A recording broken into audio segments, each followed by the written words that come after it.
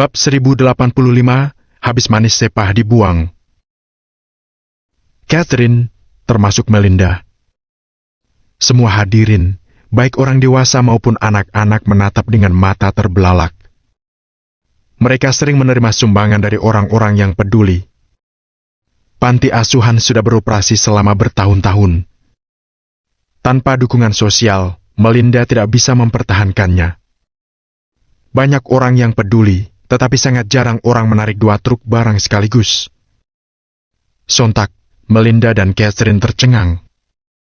Vincent dan beberapa pemuda pun tampak lebih bersemangat. Cassie, apa mungkin ini semua milik kita? Melinda juga sangat senang sambil menyentuh dahinya. Dia bukan suka mengambil keuntungan, tetapi bergantung pada diri sendiri memang sulit mempertahankan kebutuhan hidup sekian banyak anak. Jika ada barang-barang ini, dia bisa membuat anak-anak lebih nyaman. Ini adalah alasan yang membuat dia kegirangan. Ibu Lopez, ini pasti untuk kita. Kalau tidak, kenapa dibawa ke sini? Catherine turut mengangguk dan berbicara dengan Raban. Tapi siapa yang mengirimkannya? Kenapa tidak menghubungi kita sebelumnya? Melinda sangat bingung.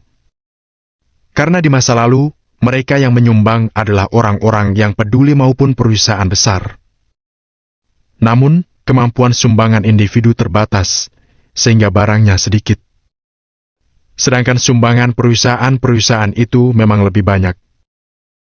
Namun, sebelum mereka datang akan memberitahu Melinda terlebih dahulu dan menghubungi berbagai media di ibu kota selatan.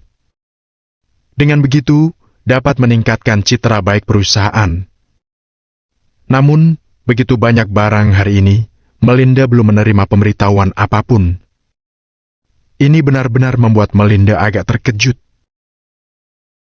Ibu Lopez, apa kamu masih ingat apa yang aku katakan kemarin? Ada satu orang kaya misterius di ibu kota selatan yang membeli Villa River Falls senilai ratusan miliar. Ibu Lopez, apa kamu masih ingat apa yang aku katakan kemarin? Ada satu orang kaya misterius di ibu kota selatan yang membeli Villa River Falls senilai ratusan miliar. Konon katanya identitas orang kaya itu sangat misterius dan tindakannya sangat rendah hati. Apa mungkin dia yang mengirimkannya? Catherine merenung 2 detik, lalu tiba-tiba teringat hal itu. Selama ini, Catherine sangat prihatin dengan orang-orang kaya di ibu kota selatan.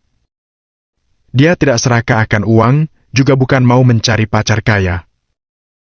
Melainkan tulus dari lubuk hati ingin panti asuhan mendapat lebih banyak sumbangan. Namun, pikiran Vincent dan yang lainnya mungkin bertolak belakang dengan Catherine. Sean, apa kamu melihatnya? Orang asing saja menyumbangkan kasih sayang ke panti asuhan. Kamu sudah lama tinggal di sini, apa tidak pernah berpikir untuk membalas budi? Bukankah habis manis sepah dibuang? Vincent berbalik untuk menatap Sean dengan mata yang penuh hinaan. Beberapa pemuda di sekitarnya juga mencibir. Vincent, cara untuk bersyukur sangat banyak, tidak hanya terbatas pada material. Kamu harus melakukan semuanya sesuai dengan kondisimu sendiri. Aku tidak akan menuntut Sean untuk menyumbangkan benda ke panti asuhan. Melinda perlahan melangkah maju, berkata sambil menatap Vincent. Kamu! Vincent tiba-tiba menoleh dan memelototi Melinda dengan ganas. Sean terkejut saat menemukan Melinda sepertinya ditakuti oleh Vincent dan menundukkan kepalanya secara refleks. Hal ini membuat Sean bergumam di dalam hatinya. Mungkinkah posisi Vincent di panti asuhan sekarang lebih tinggi dari Melinda? Pokoknya setelah merantau sekian lama, tetap saja miskin. Memang seorang pecundang. Vincent mendengus dingin dan mencibir. Kata-katanya kebetulan terdengar oleh Theo yang datang. Memang kamu siapa? Berani berbicara seperti ini terhadap Tuan Lane? Theo mengerutkan kening dan berteriak pada Vincent. PVFT. Kamu memanggilnya apa? Tuan Lin? Lucu, Ha! Sungguh lucu. Makin miskin makin angkuh. Siapapun bisa dipanggil dengan Tuan. Vincent dan yang lainnya tidak bisa menahan tawa lagi ketika mendengar panggilan Theo terhadap Sean. Wajah Theo muram dan segera melangkah maju. Tatapannya sangat tajam dan penuh dengan niat ingin membunuh. Melihat itu, dia ingin menyerang Vincent dan yang lainnya. Vincent dan yang lainnya segera merasakan aura dingin dan mematikan dari Theo. Seolah-olah dicekik lehernya seketika dan suaranya langsung lenyap. Theo. Namun, Sean mengerutkan kening dan menghentikan Theo. Baik. Theo menuruti kata-kata Sean dan segera berhenti. Sean melihat keluar pintu, kemudian memberi isyarat mata pada Theo. Pindahkan semuanya ke dalam. Theo mengerti, lalu maju 2 langkah dan meneriaki sopir truk di luar pintu. Wush, orang ini masih berpura-pura dan sok atur. Iya, seolah-olah dia yang menyumbangkan barang-barang ini. Vincent dan yang lainnya tidak tahan mencibir ketika melihat adegan ini. Bab 1086, tidak cukup, aku suruh orang antar lagi. Namun, Theo mengabaikan mereka.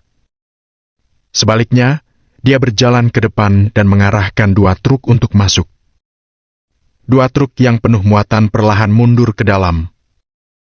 Kemudian, belasan kulit turun dan mulai memindahkannya. Terima kasih, terima kasih. Wajah kecil Catherine yang bersemangat memerah dan memeluk sekotak susu. Meskipun tidak tinggi, kekuatannya tidak kecil. Letakkan saja, aku akan melakukannya. Kamu beritahu kami harus letak di mana. Theo tersenyum dan mengambil alih barang itu dari Catherine. Baik. Baik. Catherine turut mengangguk, lalu berlari terbirit-birit di depan mereka. Itu, kalian tidak meletakkannya di luar? Melinda sempat ragu, namun tetap melangkah maju dan bertanya. Di luar? Apa maksudmu? Theo tertegun saat mendengar itu dan menatap Melinda dengan sedikit bingung. Sebelumnya, ketika seseorang menyumbangkan sesuatu, mereka akan meletakkannya di luar dan membiarkan wartawan mengambil foto. Dan memanggil semua anak keluar untuk berfoto bersama kami. Catherine menjelaskan dengan suara rendah di samping. Mendengar itu, Theo tidak bisa menahan diri untuk menggelengkan kepalanya. Sean menghela napas di dalam hatinya. Sean tidak memberi tanggapan terhadap perbuatan orang-orang itu. Bagaimanapun, mereka memang membawa bantuan terhadap panti asuhan. Jadi, tidak peduli apakah mereka membuat pertunjukan atau tulus, panti asuhan harus berterima kasih kepada mereka. Hanya Sean yang tahu bahwa karakter Melinda sangat cuek terhadap ketenaran dan kekayaan. Demi memperjuangkan lebih banyak barang untuk anak-anak di panti asuhan, dia sering tampil di depan kamera. Tentunya itu bukan kehidupan yang dia inginkan. Namun, itu hanya masa lalu. Sekarang Sean telah kembali. Dia akan mengurus panti asuhan ini seterusnya. Dengan segera, sebuah gudang kecil di panti asuhan terisi penuh. Ada tempat tidur, makanan, pakaian anak-anak, serba lengkap. Dalam proses pemindahan, Vincent dan yang lainnya tidak membantu, melainkan dengan santai mengambil foto dengan ponsel mereka. Sesekali bergumam, seolah-olah sedang merencanakan sesuatu. Halo, aku ingin bertanya, siapa yang mengirimkan kami barang? Melinda perlahan melangkah maju dan bertanya pada seorang sopir truk. Apa? Sopir truk pun merasa sedikit bingung. Bukankah orang yang menyumbangkan barang adalah Theo yang berdiri di samping? Kenapa Melinda bahkan tidak tahu? Tuan Theo, ini adalah daftar barangnya. Susu 200 kotak, roti gandum 200 kotak, tempat tidur 80 set. Basket, sepak bola masing-masing 20, raket bulu tangkis 30, alat tulis 200 set. Selain itu, ada 2 penyaring air, 5 mesin cuci dan pengering otomatis, dan lainnya. Di bawah pandangan publik, sopir truk itu melapor kepada Theo dengan membawa daftar barang. Keperluan sehari-hari, peralatan sekolah dan perlengkapan olahraga. Serba lengkap. Pada saat itu, Theo yang pergi untuk membeli barang-barang ini. Jadi, tentu saja mereka akan serah terima dengan Theo. Apa itu? Vincent dan beberapa orang tertegun melihat itu. Melinda dan Catherine juga melebarkan matanya. Barang-barang ini disumbangkan oleh Theo. Sedangkan Theo adalah bawahan Sean. Kalau begitu, Sean yang menyumbangkan barang-barang ini. Memikirkan itu, semua orang serentak melontarkan pandangan kepada Sean. Kak Sean, kamu? Catherine menutup mulut kecilnya dan bertanya dengan mata lebar. Sean, apa kamu membeli semua ini? Melinda pun menatap dengan mata terbelalak. Dia baru saja menyadari. Saat ini, Vincent dan yang lainnya juga menatap Sean dengan takjub. Tuan lain yang menyuruhku untuk membeli semua barang ini. Theo memegang daftar barang dan menyerahkannya kepada Sean. Ibu Lopez, aku tidak membeli terlalu banyak. Kalau tidak, mungkin akan kedaluarsa kalau menumpuk terlalu lama. Setelah habis, aku akan meminta seseorang mengantarkannya. Sean mengangguk ringan dan menjawab dengan senyuman. Shh. Setelah mendapat jawaban pasti dari Sean, semua orang menarik napas dalam-dalam. Beberapa staf panti asuhan bergegas datang juga terkejut setelah mendengar berita itu. Vincent dan yang lainnya pun terkejut dengan mulut terganga. Sekian banyak barang, ditambahkan penyaring air dan fasilitas lainnya. Nilai totalnya mungkin lebih dari 9 angka, kan? Mungkin bagi kebanyakan orang, 9 angka, ratusan juta hanyalah uang makan. Akan tetapi, bagi panti asuhan yang tidak memiliki sumber penghasilan adalah jumlah uang yang sangat besar. Barang-barang ini juga membawa bantuan besar terhadap panti asuhan. Kak Sean, kamu hebat sekali. Mata Catherine penuh dengan kekaguman, bahkan berbinar. Melinda juga tidak sangka Sean sembarang mengirim barang yang bernilai ratusan juta. Panti asuhan sudah merasa sangat murah hati. Kenapa orang yang tidak berguna ini punya uang sebanyak itu? Vincent dan yang lainnya juga tidak tahan bergumam. Namun, saat ini Sean dan yang lainnya tidak punya waktu untuk menghiraukan mereka. Sean, dari mana kamu mendapatkan uang sebanyak itu? Apa yang kamu lakukan selama ini? Saat Melinda menanyakan hal ini, ekspresinya sangat serius. Selama ini dia selalu mengajari anak-anak ini untuk menjadi orang baik. Mestinya tidak ingin ada anak yang tersesat. Ibu Lopez, aku sudah menjadi prajurit selama 10 tahun. Aku masih punya sejumlah dana pensiun. Sean tersenyum dan menjelaskan dengan santai. Nak, kamu telah banyak menghabiskan uang. Akhirnya Melinda menyadari. Matanya perlahan memerah dan berkata sambil menghela napas. 13 tahun ini, Anda telah menderita. Pada masa itu, Anda mengasuh kami satu persatu dengan susah payah. Sekarang kami sudah dewasa, sudah seharusnya bantu menanggung sebagian beban. Sean membantu Melinda menyeka air mata dari sudut matanya dan berkata dengan lembut. Dalam hatinya, Melinda bagaikan ibunya. Bagus! Bagus! Melinda mengangguk sambil tersenyum dan merasa sangat bangga. Adik-adik, cepatlah keluar untuk minum susu. Kakak Sean telah menyumbangkan banyak barang bagus. Catherine berteriak ke belakang rumah. Wow!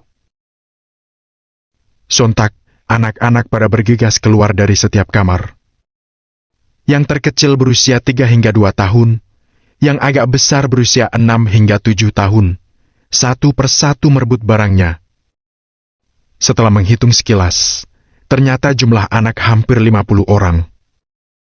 Bisa dibayangkan seberapa besar tekanan yang harus Melinda tanggung demi makan dan keperluan hidup lebih dari 50 anak ini. Selain itu, perlu diketahui bahwa kebanyakan dari anak yang ditinggalkan ini memiliki penyakit yang sulit disembuhkan. Ditambah dengan biaya pengobatan akan menjadi pengeluaran yang besar. Jadi, sebenarnya setiap hari Melinda harus bertahan di bawah tekanan besar. Di samping merawat anak-anak ini, dia harus memikirkan segala cara untuk menjaga panti asuhan tetap beroperasi. Ini sungguh tidak mudah. Sekelompok anak ini sama sekali tidak malu-malu, mereka langsung mengelilingi Sean. Sekelompok besar anak laki-laki dan perempuan.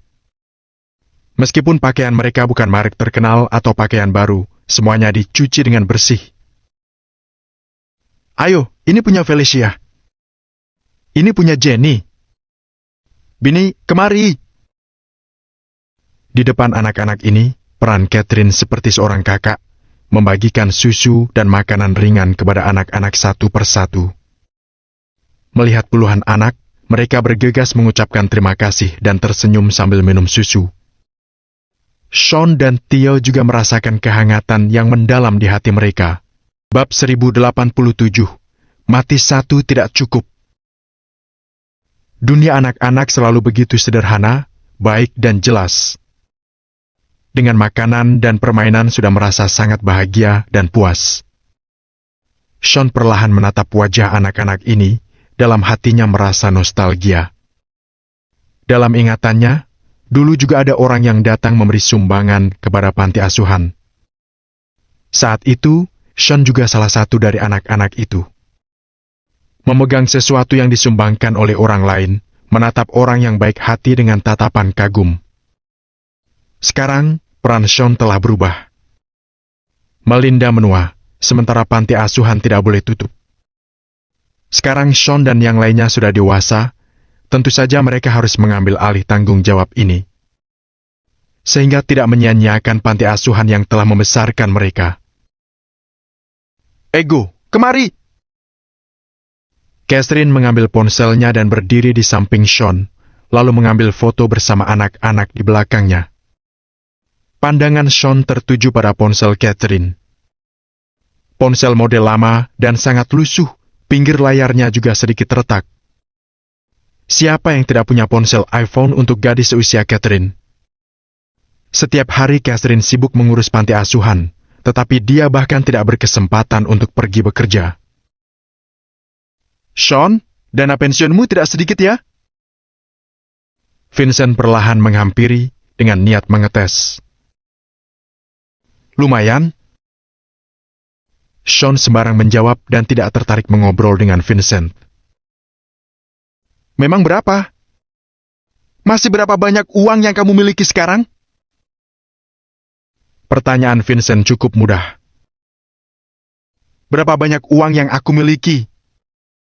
Kamu tidak bisa membayangkan. Sean tersenyum saat mendengar itu, matanya juga penuh dengan penghinaan. Dia sama sekali tidak akan memandang orang seperti Vincent. Dasar angkuh. Memang kenapa kalau memberimu ratusan juta dana pensiun? Zaman sekarang, ratusan juta bisa berbuat apa? Bahkan tidak mampu membeli toilet di ibu kota selatan. Vincent meludah dengan ekspresi penuh cibiran. Di sisi lain, Sean mengabaikannya. Dia hanya bermain-main dengan beberapa anak. Omong-omong, orang-orang lainnya yang peduli tidak hanya menyumbangkan barang, tetapi juga banyak uang tunai. Apa kamu tidak mau berkontribusi? Vincent terdiam 2 detik, lalu berkata sambil menggosokkan telapak tangannya. Pada saat ini, Vincent mengambil kesempatan ini untuk mengambil keuntungan sebanyak-banyaknya dari Sean. Hanya saja sikapnya membuat Sean merasa terhina. Vincent, jangan keterlaluan. Melinda mengerutkan kening dan menghentikan Vincent. Wanita tua, apa hubungannya denganmu? Apa aku terlalu baik sama kalian akhir-akhir ini? Vincent tiba-tiba menoleh dan berteriak pada Melinda. Apa kamu sudah gila? Sean perlahan mendongak, kedinginan pun muncul di matanya. Sean tidak peduli bagaimana Vincent memperlakukannya. Bagaimanapun, mereka bukan dari dunia yang sama dan jarang berkumpul. Namun, Sean tidak akan membiarkan sikap Vincent terhadap Melinda. Bagaimana? Apa kamu ingin membelanya? Apa kamu tidak tahu ini di mana? Coba saja kalau kamu berani. Vincent menyingsingkan lengan bajunya saat berbicara. Dulu Ibu Lopez cukup baik terhadap kamu, kan? Kamu memanjat tembok dan melukai dahimu. Ibu Lopez yang menggendong kamu ke rumah sakit. Tanpa dia, nyawamu sudah melayang. Sekarang, kamu memperlakukannya dengan sikap seperti ini. Nada bicara Sean makin dingin. Hei, kalau begitu, kenapa tidak sekalian menghilangkan bekas lukanya?